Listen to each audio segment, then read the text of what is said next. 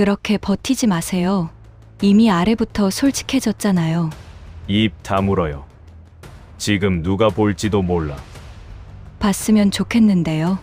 존경받는 회장님이 어디까지 무너지는지. 당신 일부러 이러는 거지. 네, 당신이 흔들리는 얼굴 너무 보고 싶어서. 난 이런 여자 안 좋아해. 아니죠. 이런 여자를 평생 참고 산 남자죠? 손 치워. 거짓말.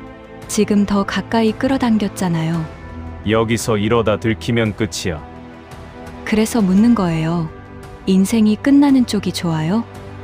아니면 지금 여기서 터지는 쪽이 좋아요? 당신 때문에 머리가 하얘졌어. 머리는 비워요. 대신 몸은 정직해지면 되니까. 회장님, 이 문 닫히면 당신은 다시 착한 남자로 못 돌아가요. 알아. 그래도 연애요. 손으로. 한석은 거울 앞에 서서 자신의 얼굴을 가만히 응시했습니다. 66해를 살아오며 그가 가장 공들여 가꾼 것은 다름 아닌 이 인자하고 기품 있는 노년의 마스크였죠. 하지만 한석은 평생을 자신을 속이며 살아왔습니다. 남들이 우러러보는 대기업 전무 자상한 남편, 그리고 빈틈없는 아버지라는 껍데기를 유지하기 위해 내면의 짐승을 깊은 심연 속에 가두어 두었죠. 그날 밤 은퇴 기념 파티의 소음은 한석에게 그저 먼 바다의 파도 소리처럼 아득하게만 들렸습니다. 화려한 샹들리에 아래서 아내인 명숙은 우아한 미소를 지으며 손님들을 맞이하고 있었죠. 하지만 한석의 시선은 연회장 구석, 어둠 속에 몸을 감춘 채 자신을 빤히 바라보던 한 여인에게 고정되어 있었습니다.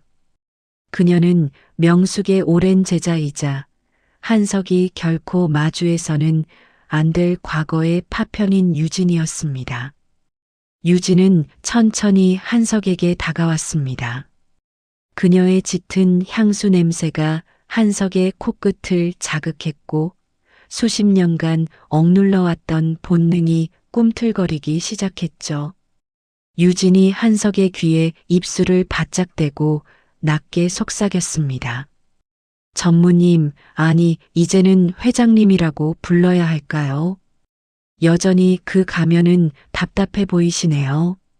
유진의 목소리는 날카로운 칼날처럼 한석의 심장을 파고들었습니다. 그녀의 손길이 한석의 빳빳하게 풀먹인 셔츠 깃을 스쳤고 한석은 자신도 모르게 마른 침을 삼켰습니다.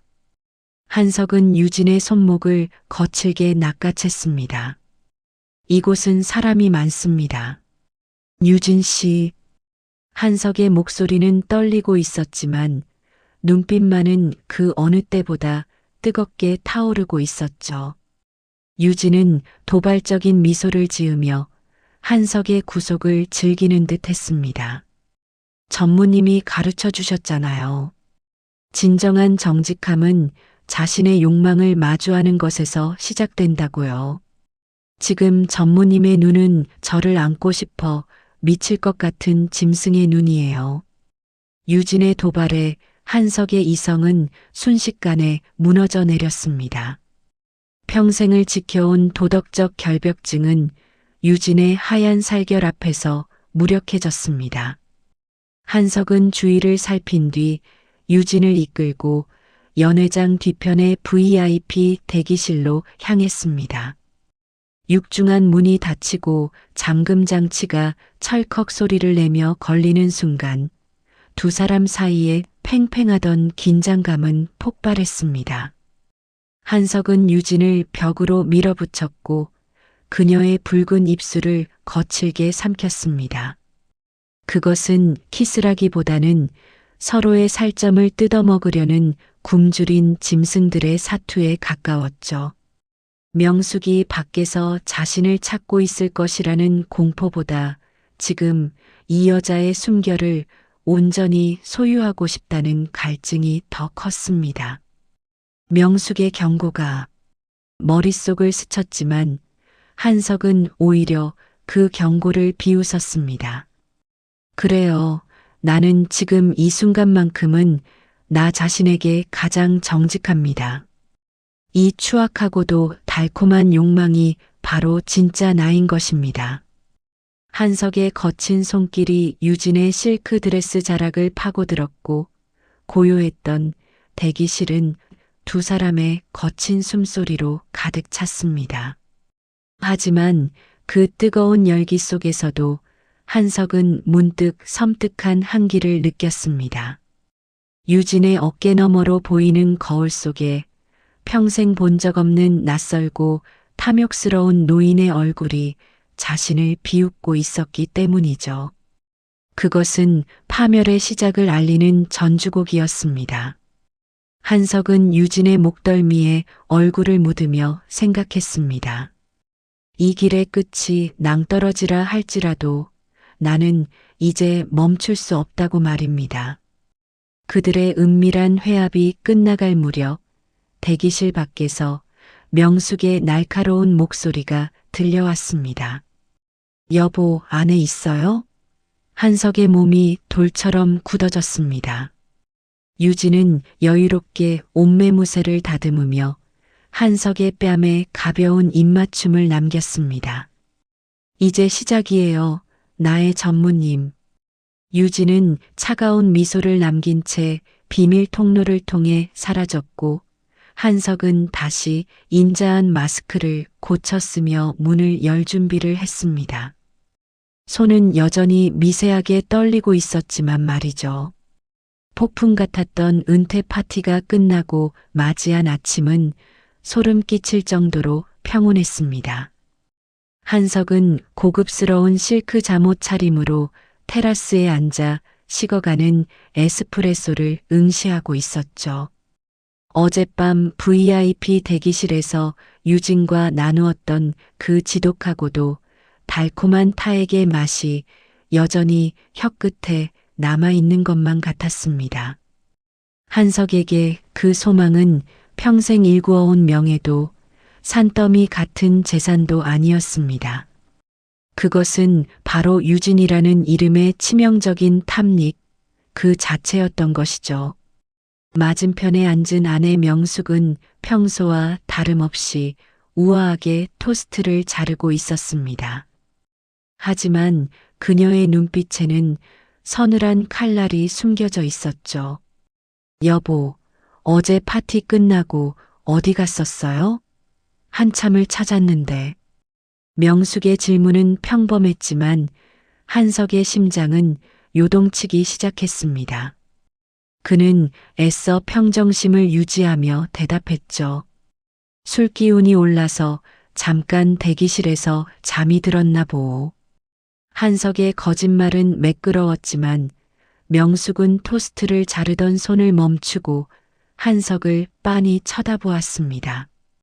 당신 셔츠 깃에 묻은 그 향수 냄새, 내가 유진이한테 선물했던 거랑 똑같던데.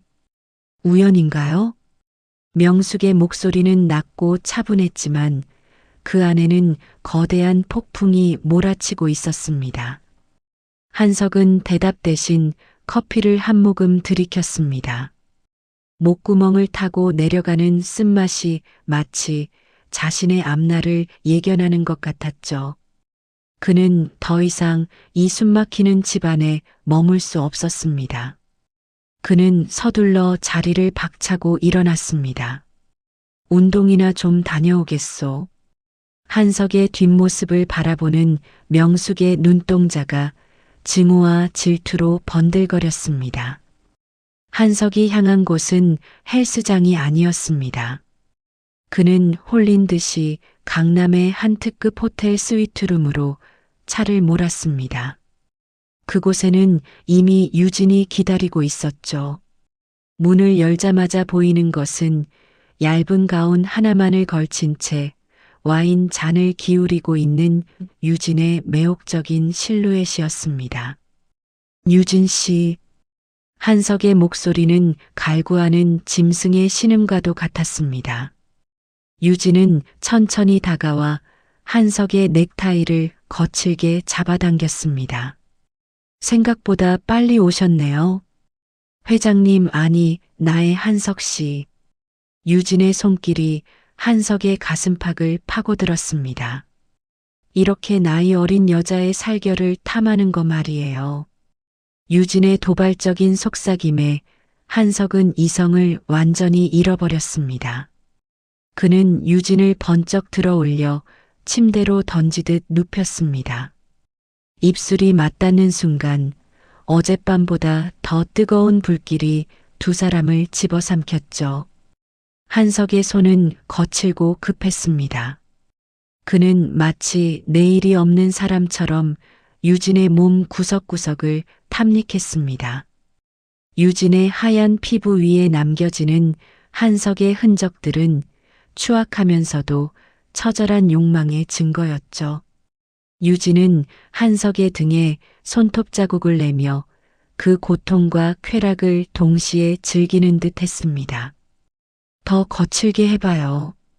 당신이 가진 그 모든 위선을 다 벗어던지고 짐승처럼 날 안으라고요. 유진의 외침은 한석의 뇌를 마비시켰습니다. 그 순간 한석은 자신의 노년이 이토록 뜨겁게 타오를 수 있다는 사실에 경악하면서도 쾌열을 느꼈습니다. 이것은 금지된 열매였고 한 입 베어 물 때마다 영혼이 갉아먹히는 기분이었지만 멈출 수 없었습니다. 유진의 몸은 마치 늪과 같아서 발을 들릴수록 더 깊이 빠져들었죠. 두 사람의 거친 숨소리와 살 부딪히는 소리가 방 안을 가득 메웠고 창밖의 화려한 도시 불빛조차 그들의 광기 어린 정사 앞에서는 빛을 잃었습니다. 하지만 행복은 찰나였습니다. 정점의 순간이 지나고 땀방울이 식어갈 무렵 한석의 휴대폰이 미친 듯이 울려대기 시작했습니다. 발신인은 아내 명숙이었습니다. 한석은 떨리는 손으로 전화를 확인하려 했지만 유진이 그의 손을 가로막았습니다. 받지 마요. 지금 이 순간에만 집중하기로 했잖아요. 유진은 한석의 가슴에 머리를 기대며 묘한 미소를 지었습니다. 그 미소 뒤에는 한석이 상상도 못할 거대한 함정이 기다리고 있었죠. 한석은 유진의 품 안에서 안도감을 느끼면서도 마음 한구석에서는 알 수 없는 목소리가 환청처럼 들려왔습니다. 나를 속이지 말라고 말입니다. 그는 지금 유진을 사랑하는 것일까요? 아니면 단지 죽어가는 자신의 남성성을 확인하고 싶은 것일까요? 어느 쪽이든 상관없었습니다. 이미 주사위는 던져졌고 그는 돌아올 수 없는 강을 건넜으니까요. 그때 호텔방 문 밖에서 낯익은 구두 소리가 들려왔습니다. 또각, 또각. 일정하고도 서늘한 그 소리는 분명 명숙의 것이었습니다. 한석의 얼굴이 순식간에 창백해졌습니다. 유진은 오히려 즐겁다는 듯 문 쪽을 바라보며 속삭였습니다. 어머, 사모님이 벌써 오셨나 봐요? 예상보다 빠른걸요. 유진의 눈동자 속에서 번뜩이는 차가운 복수심을 한석은 그제야 발견했습니다. 그는 자신이 유진을 소유한 것이 아니라 유진이 쳐놓은 덫에 제 발로 걸어 들어온 사냥감이었음을 직감했습니다. 도어록이 해제되는 기계적인 소음은 한석의 고막을 찢는 비명처럼 들렸습니다. 문이 천천히 열리고 그 틈으로 비쳐든 복도의 차가운 백색 광이 침대 위를 어지럽게 비추었죠. 명숙은 흐트러짐 없는 모습으로 그곳에 서 있었습니다. 그녀의 시선은 바닥에 나뒹구는 한석의 넥타이와 유진의 붉은 속옷을 차례로 훑고는 이내 땀에 젖어 창백해진 한석의 얼굴에 꽂혔습니다. 파울로 코엘료는 행복이 이 순간에 있다고 말했었죠. 하지만 한석에게 지금 이 순간은 행복이 아니라 살점이 타들어가는 지옥의 불길 그 자체였습니다. 명숙은 비명을 지르지도 물건을 내던지지도 않았습니다. 그 정적이 오히려 한석의 숨통을 더 조여왔죠. 그녀는 천천히 방 안으로 걸어 들어와 침대 끝에 앉아 있는 유진을 내려다보았습니다. 유진은 당황한 기색도 없이 가운의 깃을 여미며 묘한 미소를 지었습니다. 사모님 오셨어요. 생각보다 발소리가 점잖으시네요. 유진의 도발적인 말투에 한석은 정신이 아득해졌습니다. 명숙은 유진의 뺨을 갈기는 대신 그녀의 머리칼을 부드럽게 쓰다듬었습니다. 그래, 이 살결 때문에 내 남편이 평생 쌓아온 정직을 쓰레기통에 처박았구나. 명숙의 목소리는 너무나 평온해서 소름이 끼칠 정도였죠. 한석은 벌거벗은 몸을 가릴 생각도 못한 채 침대 구석에서 떨고 있었습니다.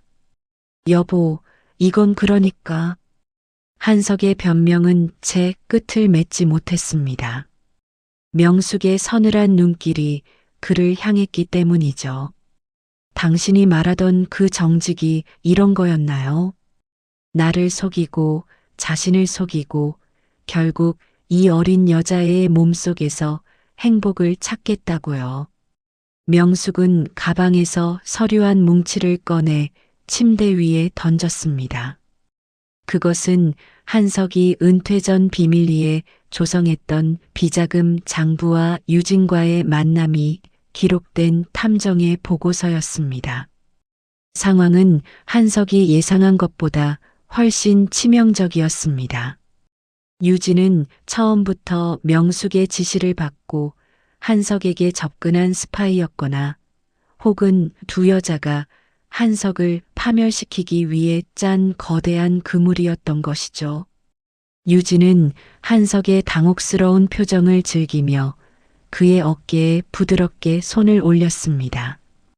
한석 씨, 행복은 대가가 따르는 법이에요. 당신은 그 찰나의 쾌락을 위해 당신의 모든 인생을 걸었잖아요. 안 그래요? 유진의 손길은 이제 부드러운 유혹이 아니라 뱀의 다리처럼 한석의 목을 죄어왔습니다. 명숙은 싸늘하게 웃으며 방을 나가려다 멈춰 섰습니다. 당신이 그토록 원하던 진실된 삶, 이제 마음껏 누려봐요. 단 한 푼의 퇴직금도 명예도 없이 말이죠. 문이 닫히고 다시 방 안에는 한석과 유진, 두 사람만 남았습니다. 한석은 무너져 내린 가슴을 부여잡고 유진을 노려보았습니다. 내가 어떻게 나한테 이럴 수 있어. 하지만 유진은 오히려 한석의 무릎 위로 올라타며 그의 목을 끌어안았습니다.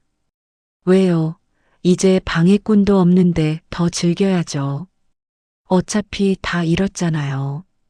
유진의 입술이 다시 한석의 귓가를 간지럽혔습니다. 그녀의 몸은 여전히 뜨거웠고 그 향기는 여전히 치명적이었습니다. 한석은 분노와 배신감 속에서도 자신을 자극하는 유진의 육체에 본능적으로 반응하는 스스로가 역겨웠습니다. 하지만 동시에 모든 것이 파멸한 이 순간에 느껴지는 쾌락은 기이할 정도로 강렬했죠. 그는 유진의 허리를 거칠게 꺾으며 그녀의 목덜미를 물어뜯듯 키스했습니다. 파멸의 끝에서 맛보는 정사는 그 어떤 순간보다 탐욕스럽고 잔인했습니다. 한석은 유진의 몸을 탐하며 울부짖었습니다. 그래, 이 순간이 행복이라면 나는 기꺼이 지옥으로 가겠다. 유진은 그의 머리칼을 움켜쥐며 승리자의 웃음을 지었죠. 두 사람의 몸이 뒤엉키며 내는 마찰음과 거친 신음소리가 호텔 방의 정적을 깨웠습니다. 그것은 인생의 황혼기에 접어든 한 남자가 자신의 모든 것을 불태워 바치는 장례식과도 같았습니다. 정사가 끝난 후 유진은 차갑게 식어버린 눈빛으로 일어나 옷을 입었습니다. 이제 나가주세요. 내 임무는 여기까지니까요. 한석은 혼란스러운 눈으로 그녀를 바라보았습니다. 유진은 화장대를 정리하며 덧붙였죠. 명숙 사모님이 기다리고 계세요. 당신의 비자금이 어디로 흘러갔는지 검찰이 곧 들이닥칠 거예요. 한석은 그제야 깨달았습니다. 명숙과 유진, 두 여자는 함께 손을 잡고 한석을 영원한 어둠 속으로 밀어넣은 것이었습니다. 호텔 방을 나서는 유진의 뒷모습을 보며 한석은 거울 속에 비친 자신의 초라한 알몸을 보았습니다. 나를 속이지 말라던 경고를 무시한 대가는 이토록 참혹했습니다. 그는 이제 혼자 남겨진 이 어두운 방에서 다가올 검찰의 발소리를 기다려야만 했습니다. 찰나의 낙원은 끝났고 이제 그를 기다리는 것은 영원히 끝나지 않을 심연뿐이었습니다. 모든 것이 신기루처럼 사라지는 데에는 그리 오랜 시간이 걸리지 않았습니다. 한때 업계의 거물로 칭송받던 한석의 이름은 이제 뉴스 지면을 장식하는 추잡한 스캔들의 주인공으로 전락했죠. 검찰의 조사가 시작되었고 평생 쌓아온 인맥들은 약속이라도 한 듯 그를 외면했습니다. 한석에게 지금의 노력은 구멍난 두굴 손바닥으로 막으려는 처절한 몸부림에 불과했습니다. 한석은 변두리의 낡은 오피스텔에 몸을 숨겼습니다. 화려한 펜트하우스와 대비되는 좁고 습한 방 안에는 곰팡이 냄새와 찌든 담배 연기만이 가득했죠. 그는 거울 속에 비친 초라한 노인을 보며 실소했습니다. 평생을 성실이라는 이름의 감옥에 가둬두었던 육체가 단 한 번의 일탈로 인해 이토록 무참히 파괴되다니요. 그는 술병을 기울이며 생각했습니다. 과연 내가 해온 그 수많은 노력들이 정말로 의미가 있었던 것일까요? 아니면 그저 무너질 성벽을 더 높게 쌓아 올린 어리석은 짓이었을까요? 그때 굳게 잠긴 문을 두드리는 소리가 들렸습니다. 한석은 혹시나 하는 마음에 서둘러 문을 열었죠. 문 밖에는 비에 젖은 채 서 있는 유진이 있었습니다. 그녀의 눈빛은 호텔에서의 차가움은 온데간데였고 금방이라도 눈물을 쏟을 듯 애처로워 보였습니다. 한석 씨, 저를 용서하지 마세요. 하지만 저도 어쩔 수 없었어요. 사모님이 제 가족을 인질로 잡고 협박했단 말이에요. 유진의 가냘픈 목소리가 좁은 방 안을 울렸습니다. 한석은 그녀를 밀어내려 했지만 이내 그녀의 젖은 살결이 전해주는 온기에 무너지고 말았습니다. 그는 유진을 방 안으로 끌어들였고 짐승처럼 그녀의 옷을 벗겨냈습니다.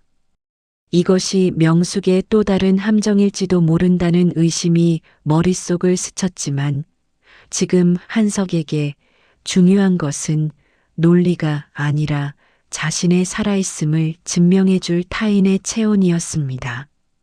좁은 간이 침대 위에서 두 사람의 육체는 다시 한번 뒤엉켰습니다. 그것은 제2장의 탐욕스러운 정사와는 결이 달랐습니다. 서로의 상처를 핥아주는 패배자들의 처절한 몸부림이었죠. 유진의 흐느낌은 한석의 가슴팍에 뜨거운 흔적을 남겼고 한석은 그녀의 가느다란 목을 조르듯 끌어안으며 사정했습니다. 전무님, 우리 같이 도망쳐요. 아무도 모르는 곳으로요. 유진은 절정의 순간에 한석의 귓가에 속삭였습니다. 그 달콤한 제안은 한석에게 마지막 남은 생존 본능을 일깨웠죠.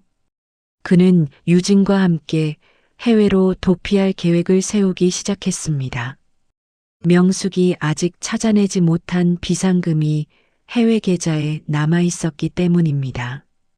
무의미하게 느껴졌던 노력이 탈출이라는 새로운 목표를 만나 다시 꿈틀거리기 시작한 것이죠. 한석은 며칠 밤을 새우며 위조 여권과 경로를 확보했습니다. 그는 믿었습니다. 이 어둠도 유진과 함께라면 견뎌낼 수 있을 것이라고요. 출국 전날 밤 한석은 유진과 함께 마지막 만찬을 즐겼습니다. 싸구려 와인이었지만 그 어느 때보다 달콤했죠. 한석은 유진의 손을 잡으며 다짐했습니다. 다시는 당신을 놓지 않겠다고 말입니다. 하지만 유진이 잠시 화장실을 간 사이 그녀의 핸드폰에 도착한 문자 메시지 하나가 한석의 눈에 들어왔습니다. 준비 끝났어. 늙은이 데리고 나와. 발신인은 다름 아닌 명숙이었습니다. 한석의 심장이 바닥으로 떨어졌습니다. 잘못된 방향의 노력이 바로 이것이었던가요? 유진은 끝까지 명숙의 소나기에서 놀아나는 광대에 불과했습니다. 아니, 어쩌면 그녀 자체가 명숙이 설계한 가장 정교한 파멸의 도구였을지도 모릅니다. 한석은 떨리는 손으로 와인 잔을 내려놓았습니다. 화장실에서 나오는 유진은 여전히 천사 같은 미소를 지으며 한석에게 다가왔습니다. 한석 씨, 왜 그래요? 얼굴색이 안 좋아요. 한석은 유진의 목을 부드럽게 감싸 쥐었습니다. 그리고는 그녀의 귓가에 아주 낮고 서늘하게 속삭였죠. 유진 씨, 함께라면 어둠을 견딜 수 있는 게 아니라 함께라서 더 깊은 어둠 속으로 추락하는 거였어. 한석의 손에 힘이 들어갔고 유진의 눈동자에 공포가 서리기 시작했습니다. 하지만 한석은 멈추지 않았습니다. 나를 속인 대가는 나 혼자 치르는 게 아니라는 것을 보여주겠다는 듯 그의 눈빛은 광기로 번들거렸습니다. 한석의 거친 손길이 유진의 목동맥을 누르는 순간 방 안의 공기는 얼어붙은 듯 정지했습니다. 하지만 한석은 이내 힘을 풀고 유진을 바닥으로 밀쳐버렸죠.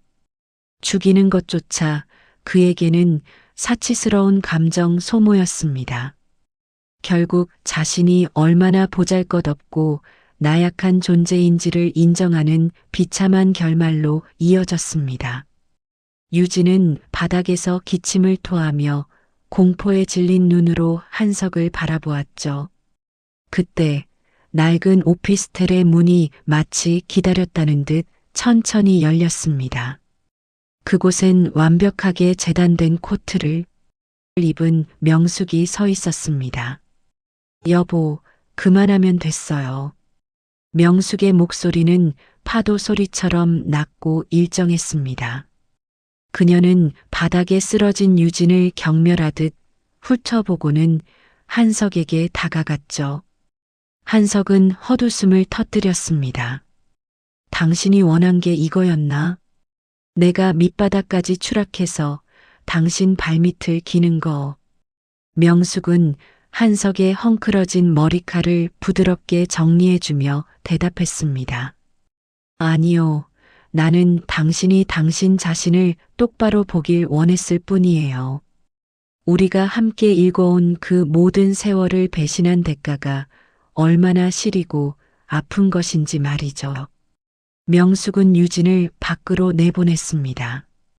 이제 두 사람만 남은 좁은 방 안에서 명숙은 한석의 낡은 셔츠 단추를 하나씩 풀기 시작했죠. 그녀의 손길은 정성스러우면서도 잔인했습니다. 한석은 거부하지 않았습니다. 아니, 거부할 힘조차 남아있지 않았죠. 명숙은 한석의 맨몸을 마주하며 속삭였습니다. 함께라면 어둠을 견딜 수 있다고. 이제 당신의 어둠은 나만이 견뎌줄 수 있어요. 세상 사람 모두가 당신을 침뱉고 욕해도 당신을 가둘 수 있는 건 나뿐이니까요. 명숙의 입술이 한석의 메마른 어깨에 닿았습니다. 그것은 사랑이 아니라 소유욕이었고 치유가 아니라 낙인이었습니다. 한석은 명숙의 몸을 끌어안으며 뜨거운 눈물을 흘렸습니다. 행복이 이 순간에 있다는 말은 역설적이게도 모든 희망을 잃고 오직 서로의 파멸을 공유하는 이 비극적인 순간에 실현되고 있었습니다. 두 사람은 낡은 침대 위에서 서로의 살을 파고들 듯 뒤엉켰습니다. 그것은 쾌락이라기보다 서로의 영혼을 갉아먹는 고통의 공유였죠. 한석은 명숙의 품 안에서 짐승처럼 울부짖으며 그녀를 탐했습니다. 정사가 끝난 후 한석은 명숙의 무릎에 머리를 뉘었습니다. 명숙은 그의 눈을 가려주며 나지막이 노래를 흥얼거렸죠. 한석은 이제 깨달았습니다. 그는 평생 자유를 향해 노력해왔다고 생각했지만 사실은 명숙이라는 거대한 성벽 안에서 길들여지기 위해 노력해온 것에 불과했습니다. 이제 그에게 남은 것은 명숙이 허락한 좁은 감옥 안에서의 안식뿐이었습니다. 창밖으로 동이 터오고 있었지만 두 사람이 머무는 방 안은 여전히 깊은 어둠 속에 잠겨 있었습니다. 명숙은 한석의 귀에 대고 마지막으로 속삭였습니다. 여보, 이제 우리 집으로 가요. 그곳에서 영원히 나를 속이지 말고 나의 소망이 되어줘요. 한석은 천천히 눈을 감으며 대답했습니다. 그래요. 당신만이 나의 유일한 진실입니다. 두 노부부는 서로의 손을 꼭 잡은 채 세상이 그어놓은 도덕과 법의 경계 밖으로 천천히 걸어 나갔습니다. 그것은 완전한 파멸이자 그들만의 기괴한 구원이었습니다.